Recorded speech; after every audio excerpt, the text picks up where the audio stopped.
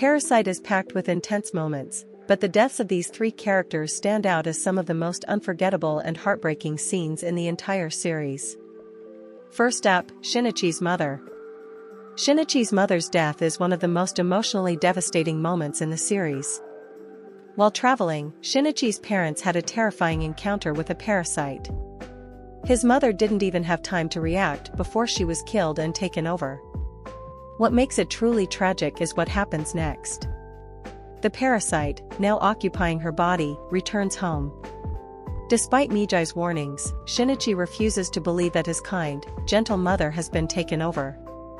It's not until the parasite ruthlessly pierces his body that the truth finally sinks in.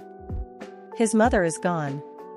Mijai manages to save Shinichi's life, but the trauma leaves a deep and permanent scar, both thematically and literally.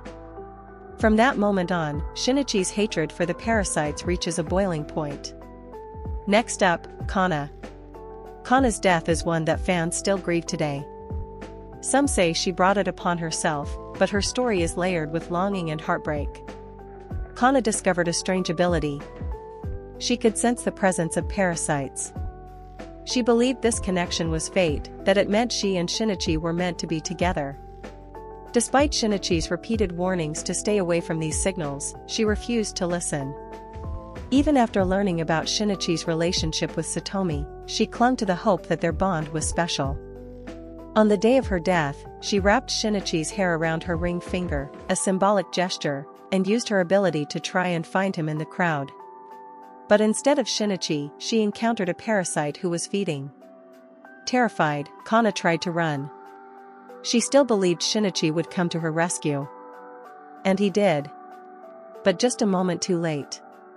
Kana died in Shinichi's arms, the very scene she had dreamed of, but at the cost of her life. Shinichi, overwhelmed with emotion, couldn't even cry. At Kana's funeral, another boy who had a crush on her lashed out, asking Shinichi why he didn't shed a single tear. That question shattered him. It made him wonder, am I even human anymore if I can't cry when I'm grieving? Last but not the least, Reiko Tamura is arguably the most complex and fascinating parasite in the entire series. Unlike others, she didn't just mimic human behavior, she sought to understand it. She studied, observed, and integrated herself into society. In an effort to explore whether parasites could reproduce, she chose to experiment firsthand. She found a partner and became pregnant. But when her own mother sensed something was wrong, Reiko killed her with no hesitation. Reiko then successfully gave birth to a human baby. Despite her cold, analytical nature, the baby's cries stirred something deep within her.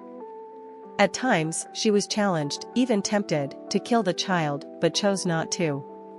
Eventually, her actions made her a target among other parasites. They saw her as a threat and tried to eliminate her. But Reiko, with her intelligence and strength, wiped them out with ease. In a stunning turn of events, when a detective threatened to kill her baby by throwing the baby off a cliff, Reiko, the logical, emotionless parasite, snapped. She killed the detective in a fit of maternal instinct. Even she was shocked by her own actions.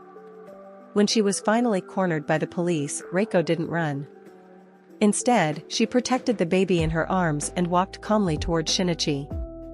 Moments later, she collapsed in the snow. Her journey ending not with a battle, but an act of love. Even Mijai couldn't believe what he saw. The answer behind all of Reiko's strange behavior?